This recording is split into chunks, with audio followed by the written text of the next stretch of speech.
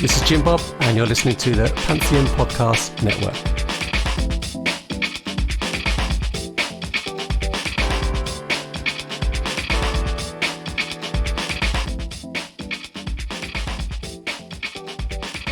Hey, I'm Nick DeMatteo, and welcome to Music is Not a Genre, the interview edition. Thank you, as always, for watching and listening. Please remember to support this podcast at patreon.com/musicisnotagenre. Go to youtube.com/@musicisnotagenre. If you were just listening, you get to see videos for every single episode and so many more videos, over 600 at this point. And subscribe there. And like and share and all that stuff, and comment, especially. I love to hear your comments. Also, go to nickdematteo.com where you get this podcast and music and everything else, and sign up to the contact page there. You get my free newsletter. And as always, please listen to and support my band REC, REC, at recarea.bandcamp.com. Let's get to this week's episode. It's a bit of a monumental episode. Yes, it is the 33rd interview edition of MxG. It's also, though, it's also season 5, episode 43 here, which, again, this is the first season I've done more than 40 episodes, so it's getting pretty exciting, pretty crazy. But it's also book talk number 7, but a very special book talk because if you're watching, as you can see, I have the actual author of the book that we're talking about here. His name is Scott Shea. He's a producer for SiriusXM, but he is also, and most importantly for this podcast, an author and the author of All the Leaves Are Brown, How the Mamas and the Papas Came Together and Broke Apart. I have read this book cover to cover. I took my time reading it because I like to absorb. And I got to say, I was hooked from the very beginning and all the way through the end. But we're going to get into that. Scott, how are you today? Hey, Nick, I'm well. Thanks for having me on, man. I'm honored to be on this particular edition of your show. Yay, thank you. Yeah, thanks for coming. I'm really excited to have you. So before we get into the book, why don't you tell everybody a little bit about yourself? Well, I'm a producer at SiriusXM. I work on the Catholic channel on SiriusXM 129. I have been with that channel since 2011. And I've been with SiriusXM as a whole since 2007. So, I got into documentary making through the channel. I was asked to put a few together. Well, actually, the first one was a 2-parter on Pope Francis that we did back when he was coming to the United States back in 2015. My program director at the time saw that I enjoyed, I was a history buff and enjoyed telling a story. And she commissioned me to write the documentary and produce it. And I really enjoyed it. I really enjoyed the process, the interviewing, the researching. They asked me to do about 4 other documentaries. And after that, I was like, you know what? I think I'd like to write a book. I think that's kind of my logical next step. And, I am a music fan. That is my passion, particularly, post-war pop music of all genres. Nice. Especially 50s and 60s. And I was looking for a subject to write on, and, stumbled at wanted to read about the mamas and the papas. And I saw that there wasn't a book written in this century, or like maybe right at the start of the century. 2000, I think, was the last one. Very thin bookshelf. Mama Michelle, I should say, or Michelle Phillips, and John, her ex-husband, both put out competing autobiographies in 1986. But, a lot of things have happened since then. Books have, especially for music of that era, have kind of taken on a whole new meaning, or just a whole new approach to kind of peeling back the layers and getting involved and looking into what made everything tick. And there wasn't anything really like that on them. So I figured, well, here we go. This is what I've been looking for. And I couldn't read about them, so I started writing about them. That was actually going to be my first question, which was why you wrote this. And while I was reading it, I kind of got that sense, because you don't just talk about the mamas and the papas as a group. We're looking at the title of the book, and I'm saying this to everybody out there. You might assume that it's okay. They got together in the mid 60s. They broke up a few years later. They put out these albums. maybe a little bit of backstory, but it goes way further than that. You start from, John Phillips' birth and even before, talk about his family history and all of that, and lead up to the formation of the group and then the breakup of the group. And then you go beyond that. And while you're doing it, you're interweaving culture and politics and things that are going on in the music world, especially throughout all of those various eras. It's like a mini history of a pop music in a sense. Yeah, that's really what I wanted to do. I kind of wanted to put people in that time, even though I wasn't alive during that time. That time is not different than any other time. I mean, there's always different things. There's nuance and for every generation, but basic human elements always still exist, no matter if it's, social media, or if you only have newspapers and television.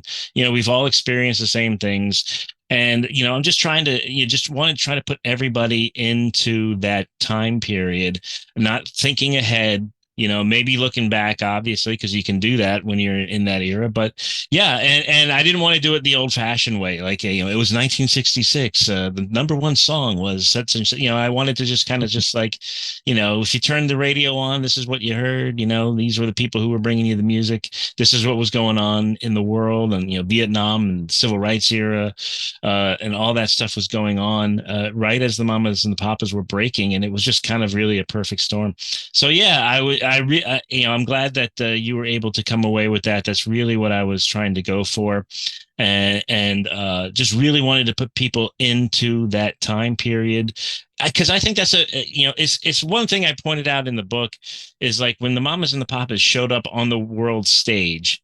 And by the world stage, I mean the United States, because that's where they hit first. And it was and is the biggest music and entertainment market out there. That's what everybody strives to be a hit in the United States. In other countries, they might appreciate the music more, like, the UK, they're definitely more aficionados, and they have a deeper appreciation for the music. But we're all kind of about the moment here and being on the big stage. But from that moment they hit that, they look different. I mean, we take it for granted now, like, because we live in a very casual culture, and they dress very casually for the time. Whereas, artists were coming out in suits or, matching outfits and matching hairstyles. They showed up in t-shirts and button downs. Well, I wouldn't say t-shirts, but jeans and dungarees or slacks, and just kind of looking unkempt. So that was very unusual for the time. That took a lot of people aback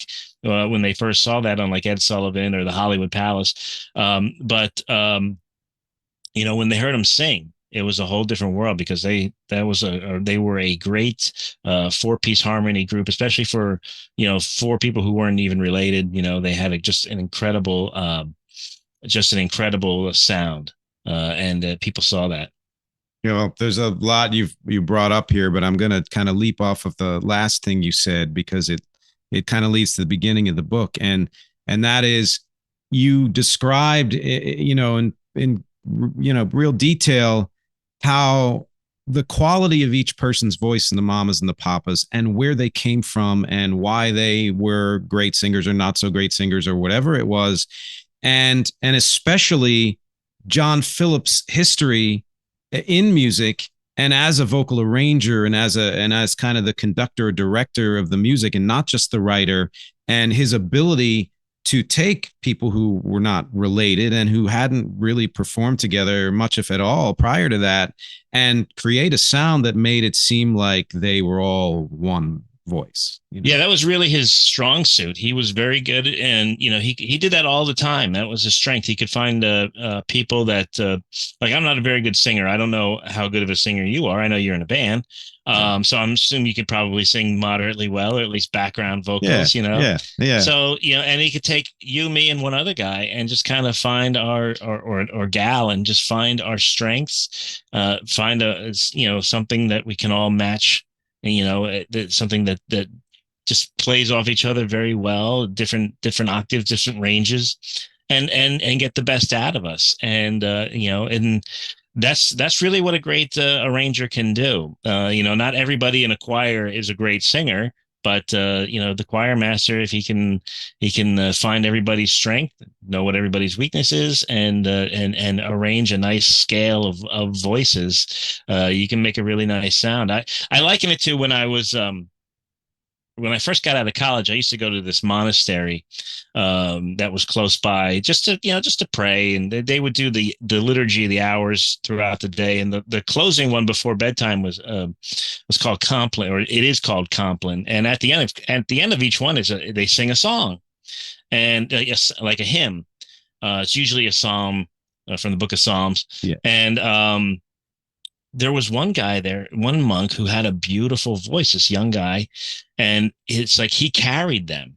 And it's like you look forward to it. It's like, the rest of them couldn't sing worth a lick, but with him kind of guiding everybody and his voice soaring, it made it for a beautiful thing. And and I think when I was writing about the Mamas and the Papas and what John did, that was the first thing that kind of came to mind. I was like, wow, it's and when you get somebody like Cass Elliot or Scott McKenzie or Denny Doherty who can sing really well, it just makes it a playground. So he was definitely skilled. And I kind of liken him to Brian Wilson in that area, because they both were kids of the 50s, and they weren't really rock and roll followers. John was a Hi-Lo's fan that was a kind of a jazzy vocal quartet. And as a lot of people know, Brian Wilson was a Four Freshmen guy.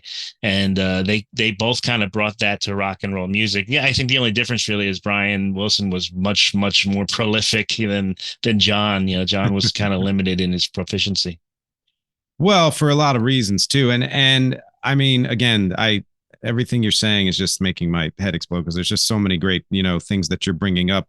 I want to focus a little bit more on the vocalization for a second, and say that yesterday I did a recording session for another band, and they needed backup vocals to kind of flesh out the recording they were doing. And the guy who was also the songwriter said, listen, I'm going to bring you in, and I know you can sing, but your tone might not be right. So we're going to try it out. And if it doesn't work, no hard feelings. I'll give you a little something, whatever. And if it does work, great. We'll go forward. We'll do the whole album. And fortunately, it worked out. But he had 4 different people singing multi-layered harmonies in there, and needed to know, as the producer as well as the writer and all that those voices would mesh. Right. And with with somebody, what I found interesting with John's history was, I guess I sort of could have guessed that he would have been into those vocal groups, but it wouldn't have jumped out at me, because in my mind, the reference would have been, Beatles and Beach Boys and all and even Everly Brothers and other bands who were doing, harmonies that were well known for their harmonies at the time. But when you listen to his arrangements and how intricate they can be, and even the tone that he was going for with the voices, it makes so much sense that he was into, that kind of music. Yeah. And then when you impose on that, it was you kind of, the way you described it, it was as though you were piecing together the sound of the Mamas and the Papas based on the history of the kind of music John was into. A little bit of jazz in there, and the vocal, and then folk music, and then finally at the very, gritting his teeth, rock music, and all of those things come together, and pop music, of course, to create the sound that they had. Yeah, especially the folk. He really was into he really brought the folk music arrangements. Dick Weissman was a really, I would say really a big mentor to him. I mean, they were both in the Journeymen, and Dick was a folk music extraordinaire, still is, and taught John a lot of things. It's funny. He told me that after I sent him a copy of the book and he read it, and he he emailed me a lot of stuff that he really enjoyed the book. And he said that one thing he didn't tell me, and I wish he had, was that Creek Alley comes in on like a 7th note or something, and or I guess it's an A7 or 7A. I'm not A7 chord. Yeah. A7. He said he taught him that because Dick was such a lead belly fan. He did a like a term paper or his college thesis on Lead Belly. Oh. And he said he was the only one who came in on a chord like that, on a note. And he taught John that. And when you listen to Creaky Alley, that's the way it comes in. But it is. It definitely doesn't jump out at you because it doesn't sound like vocalese from the 1950s, which is what John was into. But it did. He took that and just fit it and adapted it to folk rock, really beautifully. And he was also a product of the times. He liked, after hearing Mr. Tambourine Man and Do You Believe in Magic and all this other stuff that was coming out at the time, I think he jumped on board, and even the stuff that the Beatles were cranking out. I know he wasn't a big fan of the stuff he first heard, but I know he liked, Rubber Soul and, Revolver. And when they went over to England, the Revolver was actually it was in the mixing stages, and they hooked up with a few of the Beatles. And it always seemed like the Beatles were carrying around acetates of their albums that they played for everybody. Hey, you want to hear their new album? It's coming out. It's just right. It's like you always hear about them playing. David Crosby comes to town, and Paul's like, "Hey, you want to hear Sgt. Pepper? It's not out yet," and things like that. And he absorbed all that stuff. So yeah, he was really a brilliant musician, and it's just a shame that he wasn't more prolific or even really more dedicated to making music, because eventually the drugs just kind of took over, and he put more time and effort into that than to making music. And we all kind of suffer as fans. I couldn't agree more. I do this kind of sub series on the podcast called Death is Dumb, and I talk about tragic deaths in music and the main point more than anything being that it robbed us of the future of that person's music. And in a way, how everything, wound down. And I know we're jumping ahead a little with the Mamas and the Papas. The drugs, in a sense, was not a complete, but almost a full creative death for him, Yeah, it really was. I mean, some artists, were able to even still create while doing that, as difficult as that. I can't even imagine. But John, it was he was the addiction ran in his family. His father was an alcoholic, and and he grew up in that. It's just it's a learned behavior. So and he really kind of adapted that and really kind of almost took it next level with the hard drugs. So, it was just too bad that it came to that. Like you said, we all lost out on it. And in some ways, it's like, and it sounds cruel to say, but like, you wonder if it's even a blessing. Cause like with John Lennon, you wonder what John Lennon would have sounded like in the 90s when, it seems like every artist who came up in the 60s made really bad music in the late 80s and 90s, but maybe John would have bucked. You never know. Yeah, no, that's true. Yeah, well, which is interesting because I didn't know that John Phillips was a co-writer of Kokomo.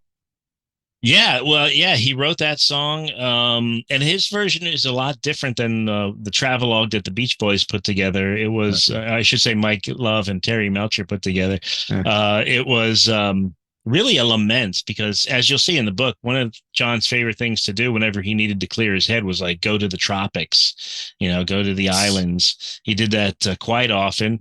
And, that song is kind of looking back on that in kind of a lamentful kind of way, because it's almost about lost love and times past. And, Mike Love and Terry Melcher just kind of, made it, about, island hopping in the Caribbean, and it worked well for him because it was a number one hit, and it just shows how John's talent was, because he hadn't written a song in years, and one of the first ones that he cranks out after getting clean is a number one hit for the Beach Boys.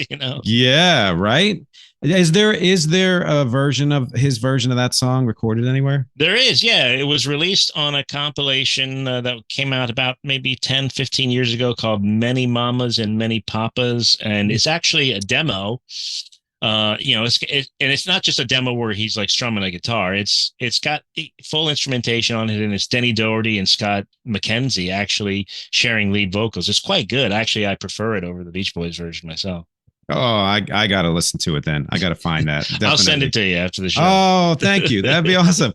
Yeah, and you bring up a couple of things about John, and one is, that kind of melancholy that he had that really, to me, infused a lot of the music. I mean, when you think even about their big hits like Monday, Monday and California Dreamin' and the story behind I Saw Her Again and all of that, and so many of the others, there was this him kind of working out the darker parts of life and what was going on in his life and his soul and all of that, and yet found a way to make the music transcend that melancholy with the way he put the voices together. Yeah, they're sad songs, but they have kind of a jumpy, uplifting, I don't want to say jumpy, but an uplifting, bright song arrangement to them, like a Monday, Monday, for instance, that's about Michelle leaving him, early on in their marriage, and going back to California to try to clear her head because she was,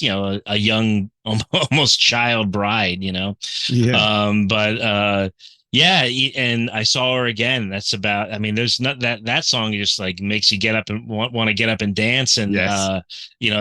that's about an affair between Denny and Michelle, and kind of him purposely writing Denny to be a total cad when you read the lyrics. Yeah, like, it's just like he's like, hey, I love this. I'm just lying to this girl. It's funny. It wasn't the only time that he wrote lyrics that were related to somebody in the band and then had that person sing those lyrics, and what kind of energy that gives the song, especially now the story behind it, to be singing essentially about like a removed version of yourself. Yeah. Wow. Yeah, and like even in Creaky Alley, where he has that line, "No one's getting fat except Mama Cass." Yes, and it's like, ooh. Even Michelle was like, she kind of shrieked because they wrote that one together, and she kind of like she figured, oh, John's just that's a placeholder. John's going to replace it, and because she and John had Cass and John had a really kind of head-butting relationship. They didn't see eye to eye on a lot of things, weren't very friendly with each other outside of being in the band together, and that was just kind of a mean kind of thing to say, but like she counterpunched him by singing that song with as much vim and vigor as she could muster, and it's funny the way they went back and forth like that. God, yeah. I mean, and yeah, again, what incredible energy it brings the songs. And I did an episode on Bono's recent book, and something that he said in there was that he prefers music that has a kind of bittersweet quality to it, that talks about, let's say something positive, but throws a little shadow into it, or vice versa. Yeah. And that's something that John was amazing at writing. Yeah, I agree. I like that myself. And, John was he was pretty expert at doing that, because I think that's really kind of the kind of person he was. It's like even when things were going good for him, he couldn't help but harm himself. Right. He did that throughout his life. So, which had quite a bit to do with his background, and I think I knew that I would enjoy the book. Like, I wasn't sure what to expect, of course, and I've read a few histories of things, and some of them, like I said, they can be a little dry. But the minute I started the book, I was like, oh, this is going to be different, because you're talking about like the history even before he was born, and then getting pretty quickly into how his family life was and all of that. And it's, I mean, again, telling even some parts of the story of America. It was very kind of Americana in a way. Yeah. And that's, his early life story was full of that. It's got World War I, the Old West. It's got, it's got Native American. It's got, teenagers at the drive-in, and car hops and all that stuff. And it's just, it was just quite fascinating. And, I was really Peter Ames Carlin is a great author. He's a very big influence on me. He wrote a great book on Brian Wilson. It was one of his, I think it was his very first book that he put out. Mm. And I kind of followed his model in that, he talked about I guess the etymology of the Wilson family, and how they came from like Wisconsin or somewhere in the Midwest and emigrated, during the great Western migration to California and lived on the beach. And I found that quite fascinating. And, when I read John's early story, I was like, I needed to try to look into this. And I was actually able to connect with a guy who ran a museum there in Okmulgee, where, John and John's parents had met. And he was able to get me some really detailed information about that area during that time.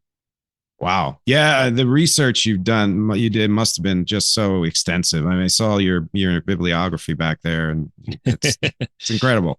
Yeah, it was fun though. I enjoyed it. I get a kick doing that stuff.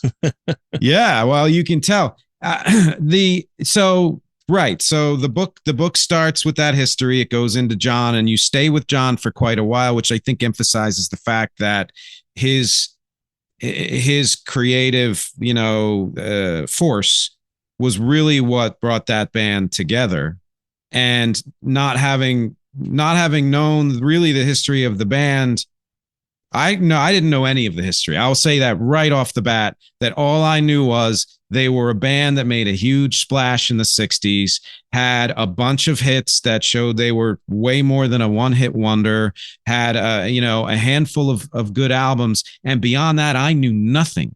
Mm-hmm. And you again, we don't have to go into it again, but just the history of how the music was formed and then where the music went afterward, just as a musician, was just hugely fascinating to me, because then what I did was listen to their entire discography, which isn't that long. So anybody could do it. And I recommend it, and hear the trajectory of, none of their albums were so vastly different that you would think they were another band. And yet there's a slightly different sound on each album that shows that he always had his ear to the ground, mm-hmm. Whether it was his love of music and he was looking for something new to infuse the music with, or his love of wanting to succeed in competition and saying like, well, I need to keep with the times and make sure that I'm writing things that will be relevant. He found a way to do that, to my mind, really throughout their career.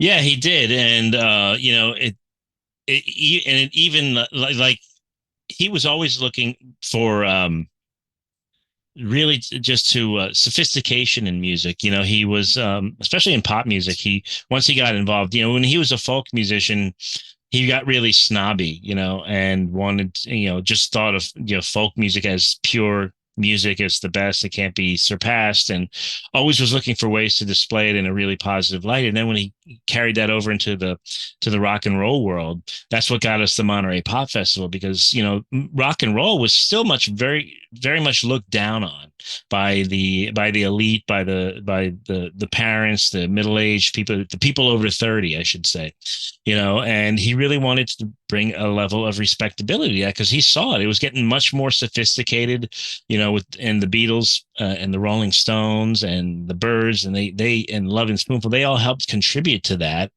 And that's what gave us the Monterey Pop Festival. And, and it was, he wanted it to be different. It wasn't his idea initially. It was brought to him by a couple guys, Alan Parasier and Ben Shapiro. And he kind of took it over and ran it and made it what it is. They were just looking to make it just another concert. They wanted to help pay for the legal funds for kids who were arrested at the Sunset Strip riots in late 1966, where, help, pay for their, a lot of them got arrested, and they felt that was unjust. And they did a benefit concert for that, but they wanted to take it to the next level and do like a festival. Well, John kind of took that over, added a third day, and then really sought out to get the most cutting edge groups that were kind of on the periphery, that were rising, and it didn't want to make it like a Dick Clark's Caravan of Stars, and nothing against those. I mean, you see the list of the groups that are on those. I love them. I love Little mm-hmm. Anthony and the Imperials, right. But, he wanted it to be something more than that. And so, he got, some of the top names, some of the fathers of what like the Byrds were there. They were kind of considered the fathers of folk rock, and he got the cutting edge. He wanted those bands from San Francisco that were still kind of, they were bubbling under the surface. But they were getting ready to explode, like the Jefferson Airplane and the Grateful Dead and Quicksilver Messenger Service and Big Brother and the Holding Company, which at that time had Janis Joplin as the lead singer. And then you got Canned Heat. And then, when they got Andrew Loog Oldham involved, the Rolling Stones manager, who was, on the verge of being sacked by them, right. They got The Who in, and they got Jimi Hendrix Experience, and, Eric Burdon and his Reformed Animals, and they got Otis Redding. It was just right. It was an incredible, event that he put on that we're still talking about and still revering today. It's the father of all rock festivals. Yeah, I had no idea he was involved in it at all. And when, and I knew enough about it to know kind of the big names who were there. But when I took a note here, which I keep, looking over, referring to my notes, is that the way you describe Monterey Pop, the pre-production, while it was going on and all of that, behind the scenes, what was going on stage, really made it feel in a way like I was living through it. Like it was just so visceral, and right. You created that world in a like it was a full picture of the world, and that gave me a better sense of how monumental it was, because we do take those things for granted now. I mean, there's been, festivals happening ever since then, at some point every year, really. Yeah. And for that to have been that first big one where you take kind of John's snobbishness and he's saying, well, now that I'm doing this music, I want to show the world that it's as legitimate as any other kind of music. Let me help craft this festival to kind of display that. It makes it even more impressive that festival went off as it did. Yeah, it did. And it was, and it had a few, it got a little bit of a shaky start. It had a few hiccups in there. It wasn't perfect, but to me, that's what makes it great. It's like, I like those. That's why I'm a college football fan. I love college football more than pro football, because I like those rough edges. So, you watch the NFL and it's perfect, it's almost perfect. But college football, like a team can be down by 3 touchdowns and still come back and win in the fourth quarter. You never see that in the NFL. But it's and so, yeah, I like those rough edges. It is probably my favorite festival of all of them. Woodstock is great. I have that I was able to get that box set that came out a few years ago that was the entire performance. Yeah, so it was really interesting. And I did.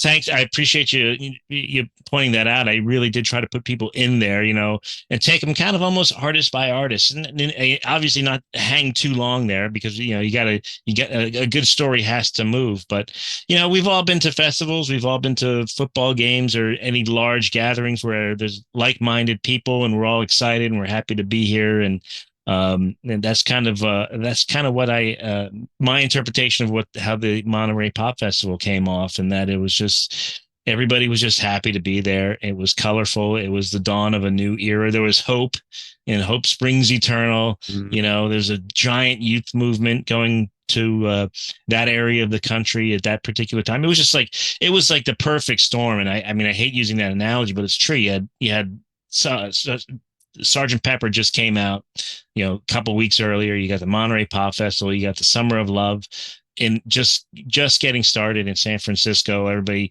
moving to Haight-Ashbury, and things eventually turned dark there. But it's kind of thinking back at that era at that time, and having it captured on celluloid and things like Sgt. Pepper and the Monterey Pop Festival film and the box set that's come out since then. It's just it's a nice thing to hear. Yeah, that's amazing. Quick aside, I don't watch college football. The way you explained it, it's the first time it's made sense to me as to why people do it, which that kind of perfect imperfection, and I love that. But now I hope I didn't just lose the thought that I had, but you were talking, you were talking about, so I want to tell people there that this is one of a couple hundred or more tidbits that you will love in this book. So don't, this just scratches the surface, but I wanted to bring this up because it's not really related to the mamas and the papas, but it's something I didn't know, which is I've always loved the song For What It's Worth. And growing up, honestly, till I read this book, my assumption was that it was written about the Vietnam War. Right. But you talk about how that wasn't the case. There were some other protests going on or something. Right. Yeah. Well, for anybody who might not know, it's For What It's Worth. It's Buffalo Springfield, the group with Stephen Stills and Neil Young and Stop. Hey, what's that sound? Everybody look what's going down. That's kind of how it's known. But yeah, it was kind of co-opted, like a lot of songs or a few others was co-opted by the Vietnam movement. And every film, like you see, takes place in Vietnam, like whether it's Forrest Gump or, anything else, they always play that when they're walking through the rice paddies, and getting ready to fire their machine guns. Right. But yeah, it was written for the Sunset Strip riots, which were, the city of Los Angeles was looking to, they want the mayor there or somebody wanted to have a major thoroughfare cut through the Hollywood Hills right there from the Strip, to get everybody out to, I guess it's San Bernardino is one of the, I'm not in a Los Angeles expert. I was when I wrote the book. It's been a few years now, so please forgive me. But they wanted to connect to one part of Los Angeles to the northern part and cut through the Hollywood Hills. I don't know how they had to do that because I can't imagine anybody in Laurel Canyon and Bel Air saying, yeah, sure, just cut a big highway through here. So in order to do that, they had to just kind of shut down some areas of the Strip. And one of the places, the major hubbubs was this place called Pandora's Box. It was an under 21 club. So, teenagers could hang out in there. And it's actually where John got his start in the late 50s. And yeah, the aftermath, there was it started off peaceful. It became a riot. The cops got involved. It was scary. And Stephen Stills was right there, and he saw the whole thing, and he wrote that song as it kind of to memorialize that. I love that story in particular because it shows how if you are an adept songwriter, you understand how to capture a moment in a way that doesn't make it so specific that, like he could have written a song about this highway won't go through here or something like that, but he made it into something just spiritual almost. Yeah. And, it's very, like you say, it's very abstract. You can kind of fit it into a lot of different things. And, his bandmate, Neil Young, was very good at songs like that. I mean, as you read the lyrics to Cowgirl in the Sand, it's like nothing makes sense, but it just paints this incredible picture, purple words on a gray background. What does that even mean? But it's cool, It's art. It's abstract art. And, yeah, and he wasn't the only one. The Monkees, Michael Nesmith, who I absolutely love. He's one of my favorites since I was a kid. He wrote a song called Daily Nightly, which is about the same thing. And and you want to talk about abstract lyrics. I mean, there's no way you could even come close to pinpointing that to being about anything, but it was about the riots, and a lot of people were there. I know, I think Peter Fonda, Jack Nicholson, a lot of people came down to just kind of either just take in the spectacle or to lend their support. It was a big deal. And, the Mamas and the Papas were about as far away as they can be. I think they were all on tour. I think they were actually out touring, and one of the rare times they actually went out to tour. Didn't really learn about any of that stuff till it came back, which is why I think it contributed to John's kind of disinterest in making it a festival to bail out, little, 16-year-old kids who were being persecuted by the big bad local government. I think he wanted to, make it just more than that, a cultural moment. Yeah. Yeah. You mentioned a couple of celebrities in there, and it brought up the thought that the celebrities are kind of peppered throughout this, not just because they were musicians who became famous and eventually, rubbed elbows with other musicians like that, but that there were actors and especially, actors aligned with like the hippie movement and progressivism and all of that, who ended up kind of hanging with them, and there were relationships and things like that. and parties that they would have at that amazing house that you described that, I'd love to get into, and how much of that kind of intertwined in that kind of, California, Southern SoCal, Laurel Canyon scene. And again, things that I knew enough of to get the sense like, it's been described that's what's like, and I've seen movies and stuff like that, but had no idea that the mamas and the papas were so involved in all of that. Yeah, I mean, gosh, everybody from the members of the Byrds to Peter to Warren Beatty and just all these people they roll, Roman Polanski, and that house that I talked about, that's been leveled. They're no longer there. It's kind of it's kind of a shame. There's some guy up there buying a bunch of land, but it's actually it's I don't know if you ever watched the Beverly Hillbillies, but it was actually located across from the enormous mansion where they filmed all the exterior shots, which is still there. That's still there. That thing is that's a house I would like to go and see, but that was their next door neighbor. But it was a pretty crazy party scene, and really just wacky. It's just like they would just lay out pills on the table, and just people would just pick up pills and pop them. It's how dangerous. And there's like little kids running around and dogs, and it's just like I just picture my wife in that scenario. I just picture my wife is like her head exploding. Yeah, right. Right. You're just letting the kids roam around the middle. She'd be sweeping up the pills. Right. Exactly. Yelling at people. It's funny because this, we think of that culture that kind of swirled around rock music for quite a while, and even honestly through the 90s in a lot of ways, with the drugs and all that and grunge and etc. But what I found interesting was that the way you described the ins and outs of the members of the band that did have things to do with drug abuse and alcoholism and a lot of, sleeping around. There were band members, like obviously John and Michelle, but then Cass was in love with Denny, and like all the things that were happening in between there. The first thing that came to mind was Fleetwood Mac. Yeah.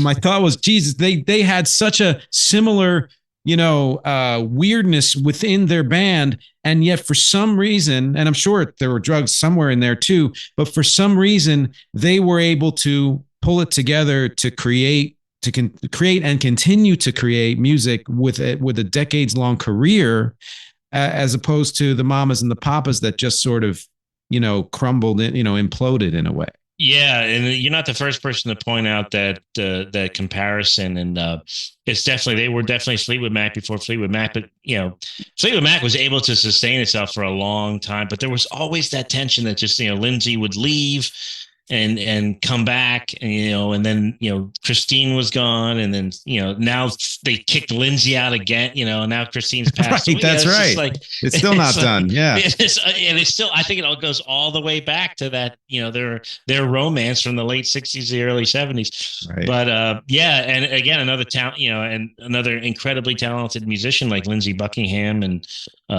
great singers, and it's just it is amazing.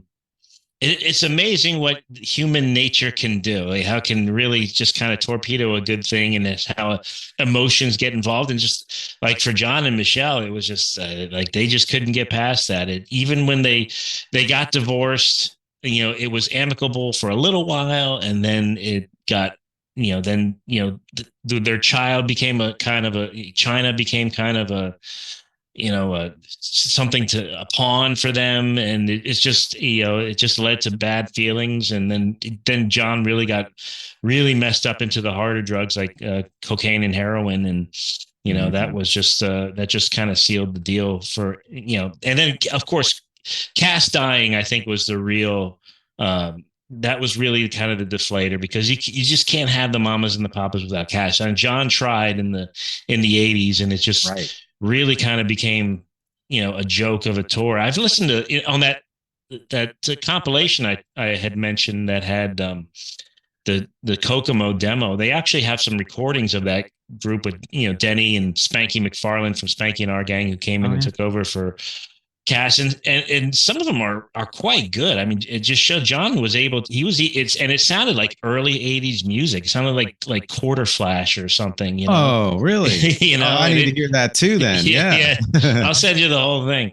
Yeah. But yeah, it was you know, it was, I think even a couple of tracks might have been produced by Mick Ronson, if I believe, from David Bowie's group, you know, but, holy crap. yeah, it was, it just, she was really the linchpin, the hallmark of their sound. It's almost kind of like Roger McGuinn's Rickenbacker with the Birds, you know. It's just like you needed that 12-string Rickenbacker. That's the Bird sound, and it's funny because the Birds and the Mamas and I should say the Birds and John both made that mistake. They both had reunion albums in the early '70s, right around the same time. Mamas and the Papas had that one in '71, and the Birds had one in '73, okay. And John produced the Mamas and the Papas. It was their fifth and final album. It's called People Like Us. Really updated the sound, got away from everything. You know, he brought in a bunch of ex-Motown session musicians and kind of gave it a nice kind of R&B almost kind of flavor, which I love. And he wrote these songs, and he really wrote them quickly, but there's some incredible songs. Problem was he mixed Cass completely out of it in the final mixing stages. And the way he went about recording it was really weird. It was just like he recorded them all on separate vocal tracks, and sometimes it worked and sometimes it didn't. You have to bring people back, and it was so unnecessary. Like, why don't you just record everybody while we're here, you know? And so but he mixed her right out. You could barely hear her, you know. And the Birds David Crosby produced a reunion album in '73, and there's some good songs on there, some clunkers, but like there's no sign of the Rickenbacker 12-string that, you know, you hear in Turn, Turn, Turn and Mr. Tambourine Man. It's just like, where is that? We need that. Can't you update it for 73? And I think had both of those artists done that, those reunion albums probably would have been, better received, because there's good stuff on there. I agree. And I agree that I think for any band who wants to continue to connect with their fans, but also with the charts, you need that one foot in what made you the band that you are. And then the other foot in, well, what's going on now. And, yeah. And I will say I had never heard that fifth album until yesterday, and I was blown away. Like I love the sound of it. And there were so many good songs on there. But and I was like, yes, this is the most different of the five. And my first thought was, well, that's because it's the Motown influence and, you know, it's more R&B and everything. And I love that about it. But then you bring up that Cass was kind of nowhere to be found on there. Yeah, and they made up these weird excuses like she was sick or she couldn't come or this, that, and the other. But somebody remixed that album about 7 years ago and was able to lift her vocals up into it. It's on this rare compilation called The Anthology. I can send that to you as well. Yes. Got a lot of listening to do. Yeah, for real. And it's refreshing. It works but it doesn't work on every song. There's some songs that John does, or that when you hear there's a song, one of the best songs is a song called Step Out. Yep. And the original version is much better than the version they remixed with Cass in it. But there's a song, one of my favorite songs is called Snow Queen of Texas. It's off that album, and the remastered version is crisp. It's got Cass in it. It's beautiful.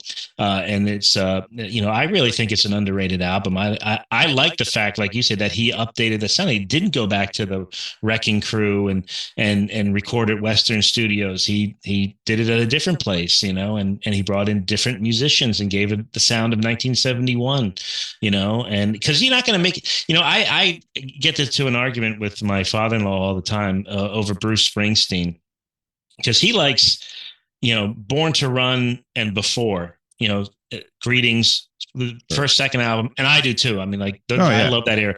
But he wishes Bruce kept with that. And I was like, well, you know, you're not going to make an album in 1980 or 81 or 84 that sounds like 1974 and be relevant. You're not going to become the boss, you know?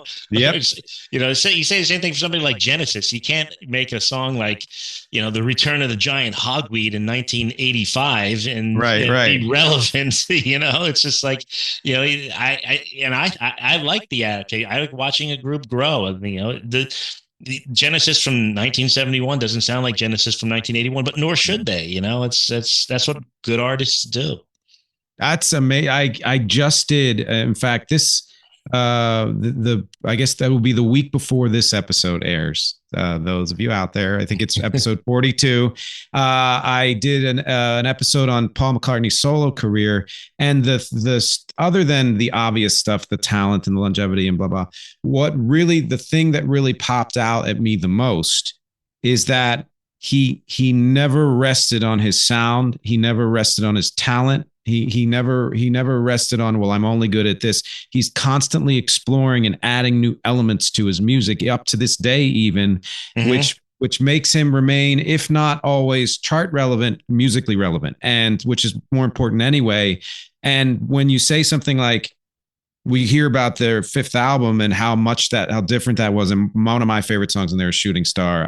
When I heard that, I was like, oh my God, this is the Mamas and the Papas. Yeah. Then you talk about how they came back in the 80s. And my assumption was, well, it was just a reunion tour or a partial reunion tour. And they were just kind of redoing whatever they did. And then you say that it sounded like 80s music. I'm so compelled to listen to that now, because that's like the way you talk about Genesis. That's my kind of artist, is somebody who doesn't just say, well, I was good at this, I'm going to do this again. It's like, what else can I add to this to make it even better, even more relevant? And the public is so they resist that. You know, they want you to bring back the old times. They want you to sound like the Mamas and the Papas from 1966, and that just wasn't possible. And you know, on tour they did. You know, the touring, or the new Mamas and Papas are on tour sounded like, you know, an oldies concert. You know, but yeah, John was trying in the studio to you know, revamp this thing and make it new and relevant and, you know, interesting. And in my opinion, I really like. I'm not going to, you know, say they're some of the greatest undiscovered music you're ever going to hear, but it's enjoyable. It's good stuff. This, you know, it has almost kind of that early 80s new wave kind of element, just slightly, not, you know, you're not going to throw it on and think you're listening to Echo and the Bunnymen, but you know, it's like, you know, you're going to, it's got that sound to it. And yeah, he was always trying to make it relevant. And the public is highly resistful. That, you know, I can be guilty of that myself too. Oh, sure. Well, no. And I think that to have that, just to stay on this tangent a little bit, to kind of have that combination of, I like what I like for the reasons I like it, and there's a nostalgia factor to it, and there's a comfort factor. It is absolutely, that's wonderful. That's why old music survives. But I've always liked to couple that with the sense of, well, the reason I liked it then, one of the main reasons, was because it was something new I discovered that I had never heard before, and it just wowed me. Yeah. And I like the idea, as both a musician and a listener, to keep that part of yourself open, where you're like, well, there's something else out there that if I find it, if I take the smallest effort, I will find something that will hit me in the same or almost the same way that was just released last year or 6 months ago.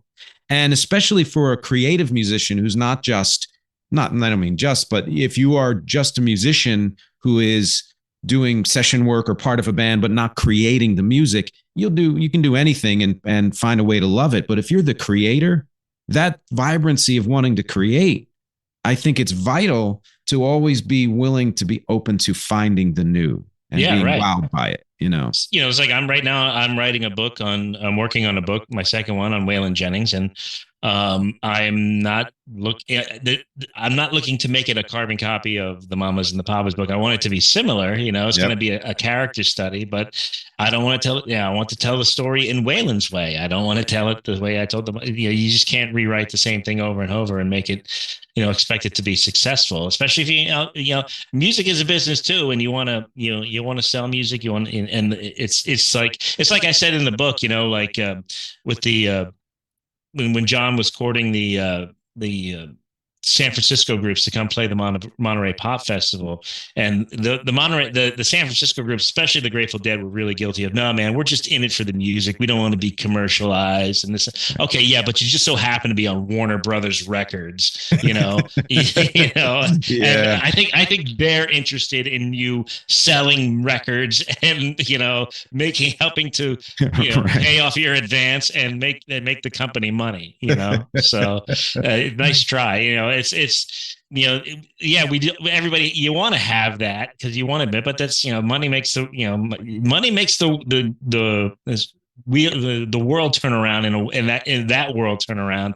And you need to, if you want to sustain any kind of success, you need to be making your company some money.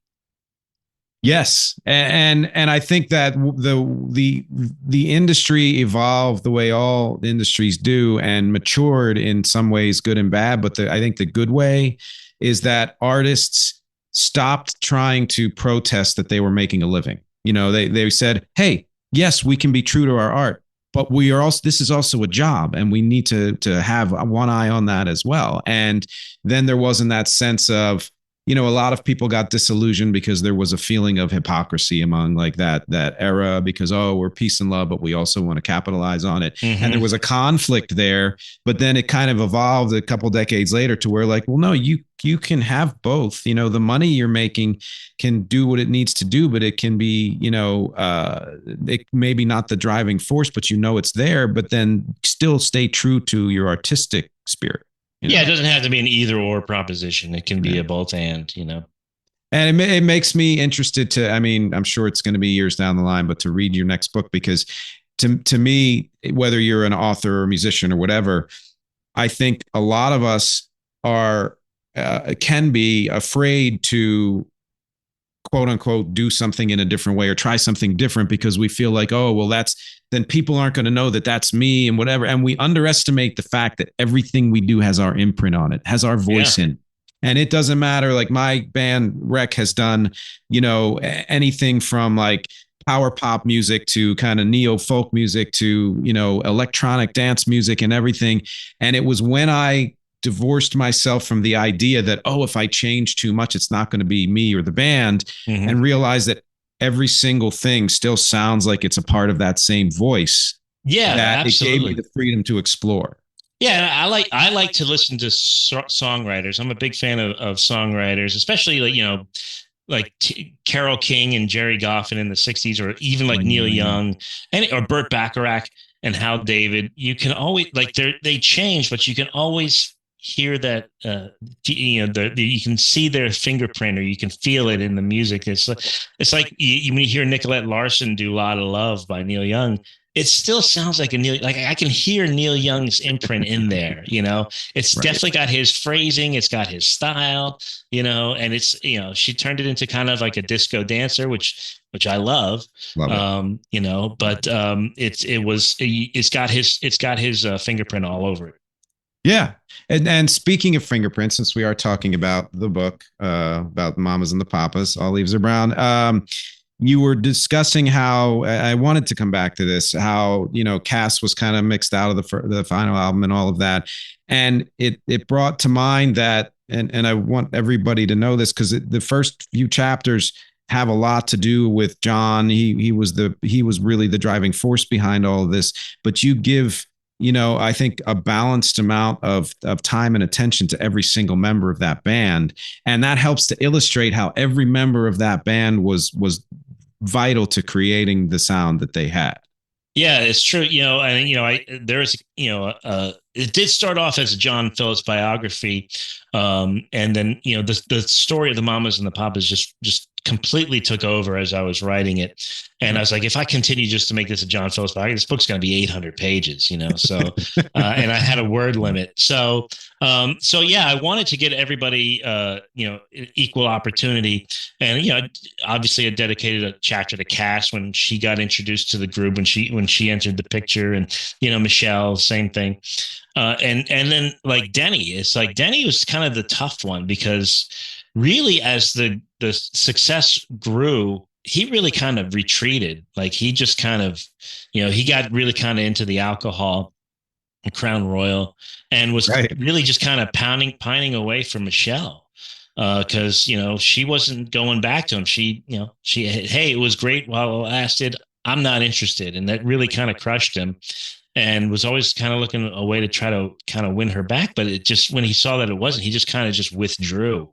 And, he's the one that And I had asked his friend Pat LaCroix, who was in his band, the Halifax Three, about that, and I said, was he, because they stayed in contact throughout that time, and he told me that no, that's really kind of the way it was. He just kind of retreated. He just hung out at his home, partied with his friends, he got involved with a woman named Linda Woodward, who he eventually married. And, I think they were dating from 67 on, but really like kept a very, very low profile. And I think the book really matches that because, what else can you write about somebody who's just not really around doing anything other than that, he's home drinking.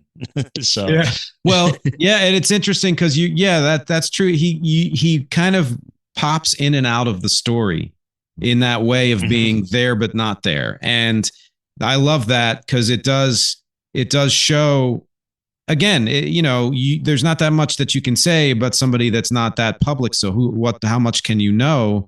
But it's still painting the exact picture of that person that you would think. Yeah, and he was strong there at the beginning. He, especially, when he and John became friends, and they were in the new Journeyman, and then they're in the Virgin Islands, and and they're doing LSD, and he's putting headphones, making them listen to Beatles music.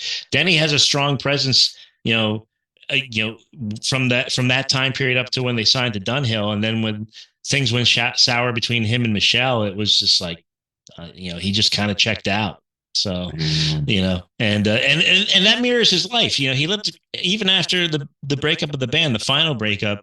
He put out a couple of solo albums, which is a shame because he had a great singing voice, great rock and roll tenor, very underestimated, underappreciated rock and roll tenor. And and the fact that he didn't have a solo career is just, to me, is criminal because he was such a great singer. And he only released a couple albums. Barely did anything after that music wise. He had a short-lived show and like a variety show in his home, right, Nova Scotia, and then he was on a kids show for a while and did it. And then when the 60s was kind of cool again to look back on and revere, like back in the late 80s when we're starting to have 60s revivals. Yeah. He was like in every documentary talking about the good old days, and anything, talking about the mamas and the papas, and he even eventually put on a one-man show, but really kind of retreated into a quiet life.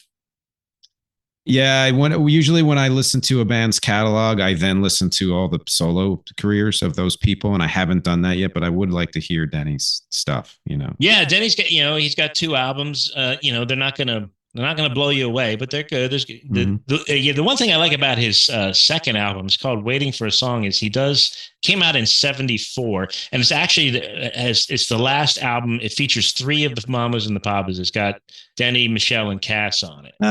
So, wow. So it's 3/4 of the Mamas and the Papas, So, yeah. So it's, and he does actually a song called "Good Night and Good Morning," which was a Hall & Oates song, which was one of their, from their very first album. So it's kind of neat to see, Denny in '74 doing a Hall & Oates album. Wow. Yeah. A song, had a good ear for good songwriting. Right. And I'm originally from Philly, so any Hall & Oates I'll be into. There you go. And I kind of want to touch a little bit on everybody, but it kind of brings me to Michelle because she, in some ways, was the most interesting only because she didn't have any overriding addiction. She is the only one of them who's still alive. And hearing the story and John and knowing he had a wife and then he cheated on her, my initial impression, being a whatever progressive person or whatever, was like, oh, the dude is just, messing around and, doing all the screwing up. But she found her own kind of path of being like, well, I like this person. Oh, no, I like this person. And I am going to be frenemies with Cass, and then do this thing with Denny, but then go back to John, and then go somewhere else entirely, and was a catalyst in a lot of ways for some of the tumult that happened in the band, even discounting the drugs and all that. Yeah, it almost sounds pathological, but it's, I think it really just betrays her age and her immaturity, because Right. she didn't mature, she didn't stay that way her entire life. She eventually settled down. I think she did drugs with all of them because that's what they did, and I'm just going to follow the crowd. And then once she broke away from that, she became quite sober. I can't speak for her, on her life, but from what I've seen and heard, it doesn't sound like she was an abuser, after she left John. And, she did have that crazy marriage to Dennis Hopper that lasted for 8 days. But I think after that, she had her Hollywood career, and, in the 80s, just kind of settled down, and I think having China and raising China was important to her, and to do that. But, yeah, she was for sure the cat, you couldn't have the mamas and the papas without her, because of her antics and the things she did. It was a real catalyst. I say to people all the time, she's one of the greatest rock and roll muses of all time, like right up there with Patty Harrison, and I'm sure we can probably think of a few others, right? And she gave us some great songs from Cheating on John, and Right. but and she wasn't a great singer by any means, but John was able to get the best out of her. The way her opening to Dedicated to the One I Love is a work of art, I think.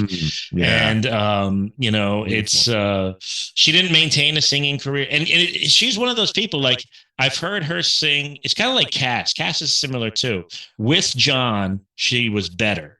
Without John, she was average. And not to say that for Cass, for vocal wise, Cass always had a great voice, but the songs that she sang that John wrote are much more interesting to me than her solo career, because it doesn't have that edge. It doesn't have, that sound that was really tailored. She there's always a new producer coming in, a new arranger, and she was really more interested in show tunes and Broadway. And, she didn't, her music, I wrote in the book, for somebody who hung out with David Crosby and Joni Mitchell and Eric Clapton, her music had kind of more in common with the 1910 Fruit Gun Company, or any of those bubblegum groups back in those days. Yeah. It wasn't really cutting edge rock and roll. That I think you're right. Like, there's that sense of even when people talk about, like, John and Paul, from the Beatles, how when they broke up, they did great stuff, but it wasn't quite as great, in some ways, to some people's minds. And I think it's that sense of kind of yin yang, or push pull, or, contrasting spirits, that when you step out of the thing that you think is you do best, you're out of your comfort zone, it opens, it kind of brings out things that are unexpected and more alive. And as much as she, show tunes, and I know, that was sort of where she was heading towards, when you hear her wail on those couple of mamas and papa songs where she just lets loose, she's like a proto, Janis Joplin. Yeah. You can see how that synergy made her better. Yeah, for sure. And, you lose something with that. And I'm sure there's probably people out there who disagree with me, who think Cass's solo stuff is just, hunky dory and just all, but it's kind of like your Lennon and McCartney analogy. It's like, and it was kind of an illusion. It's like, we were led to think for a long time that every song that has Lennon and McCartney, the two sat down and wrote it together, where it was hardly the case, especially anything after like 1965. It just really wasn't the case. They were kind of writing by themselves and keeping that Lennon McCartney moniker going. But yeah, it is interesting. I personally think Cass sounds better with John Phillips, but obviously that was just something that couldn't be sustained, and it is interesting, that dichotomy, because they didn't really like each other, but they really worked well together. Yeah. And I think that was part of it. I mean, they somehow found a way to work together despite not liking each other. And you could feel that. And it was almost like they were saying, well, oh, I challenge you to do this. Well, I am going to do that, and I'm going to do it better than you think. And that just brings out the competitive spirit, brings out the best in you, Yeah. We don't have much time left, and I kind of wanted to touch on this only because as a kid, other than remembering, several of their hits, we were always told the story of how Cass died. And, what I found interesting is, first of all, whether you know it or not, and you can look it up. She died of health, chronic health issues and heart and all that stuff. But as a kid, there was a story of her choking, and it had to do with her obesity, and that everyone kind of threw that in there. But the most interesting part to me was I was told as a kid it was a chicken bone. In the story, in your story, it's a ham sandwich. I talked to a friend of mine in a band I'm in, and he said he heard it when he was a kid. It was a meatball. Oh, really? And yeah, and it's just I'm like the things people will make up just to stick to stereotypes. But it's that was horrible. Yeah. Yeah, well, the original one was ham sandwich. I know it's people hear chicken bone and meatball, but she did have a ham sandwich on her nightstand, and she, her physician, when she was found dead, she was in Harry Nilsson's London apartment. He had let her borrow that while she was doing a 2-week stand over there to rave reviews, and her performances were great. And really no sign of anything bad, like she wasn't like sick going into it. And she passed away in her sleep from heart failure. She was on drugs, a lot of drugs, beginning in the early 60s, and LSD and marijuana. And then she got into heroin and, God knows what else. And she also was doing these yo-yo diets, which, when she left the mamas and the papas, and she was doing she was in Las Vegas and doing a show there, and she'd be up and down. She'd lose 100 pounds. She'd gain 50 back. She'd lose 100 more, and it was just really, really unhealthy for her. And she just succumbed, unfortunately. And the physician who was attending to her, he was a London-based physician. She had hired him, or I guess hired is a really not the right word, but he was helping her at that time, looking in on her. And he came when they said she was dead. He was one of the first on the scene. Was with a reporter and said that he said pointed out that there was a ham sandwich on the nightstand, so that might have contributed to her death. The reporter kind of ran with it, and a couple of days later, they did a proper autopsy and found it was heart failure. But the headline, it's hard to recapture the headline once it's out there, or to put it back into the bottle. So to mix my metaphors, but sensationalism, it really has, and it's stayed. I hear people telling me it all the time. You don't know how many jokes I've heard about it while promoting this book. Oh, wow. Yeah, I bet. It reminds me of in the sort of the flip side of the way Karen Carpenter died, that her heart just gave out because it was just too much stress on the binging and purging, and her weight, Cass's weight fluctuation and all that. Right. Makes more sense. The last thing I want to point out, because we're really running out of time, is one of the things that makes this book so satisfying is this. You're watching a movie. It tells a story about, let's say it's a fictionalized story of real people or whatever it is. Your hope is after the last scene goes, there will be words on the screen that say what happened after the story ended.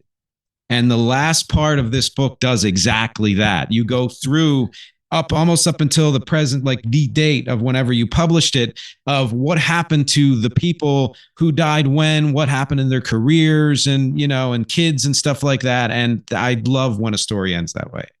Yeah, again, that's you had to give everybody a little bit of closure, because the story is 3/4 of the way done.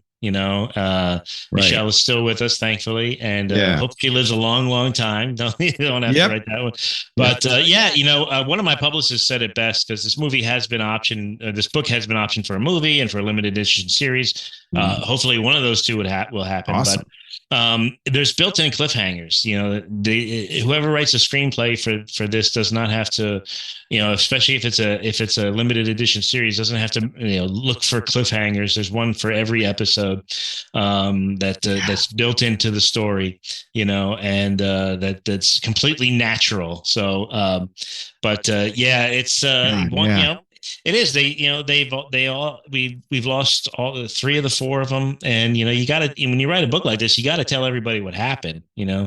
And I told my publisher at the time, I said, hey, if it's successful, we can write a sequel and we can go more in depth. From after they broke up to the current day, but there won't be much music in it. No, right. That's exciting that it's been optioned. I look forward to hearing and seeing the developments of that. Me too. Well, thank you again for spending this time with me. I was really excited for this because I loved the book so much and I wanted to get into it even more. And I appreciate you hanging with me. Well, thank you, Nick. I really appreciate you coming to my book party when we gave you the book and just having me on your show. And I really enjoy having the long form talks with music lovers. It's very satisfying.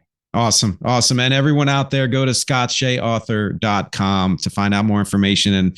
And most importantly for this episode, go get this book wherever you can find it. You will not be disappointed. You will be blown away. Thanks again, Scott. Thanks, Nick. Appreciate it.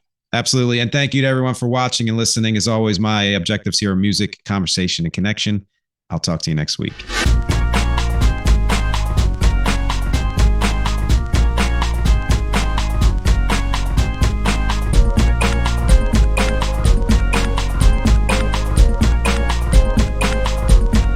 All the leaves are brown and the sky is gray. I went for a walk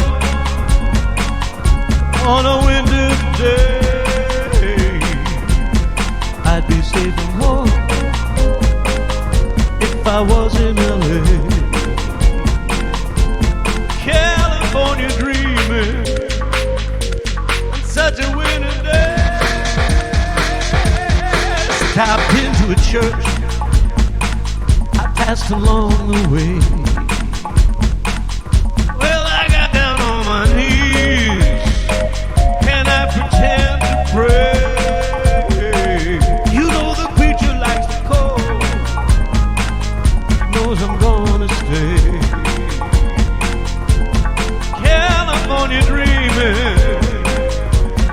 Such a winter day.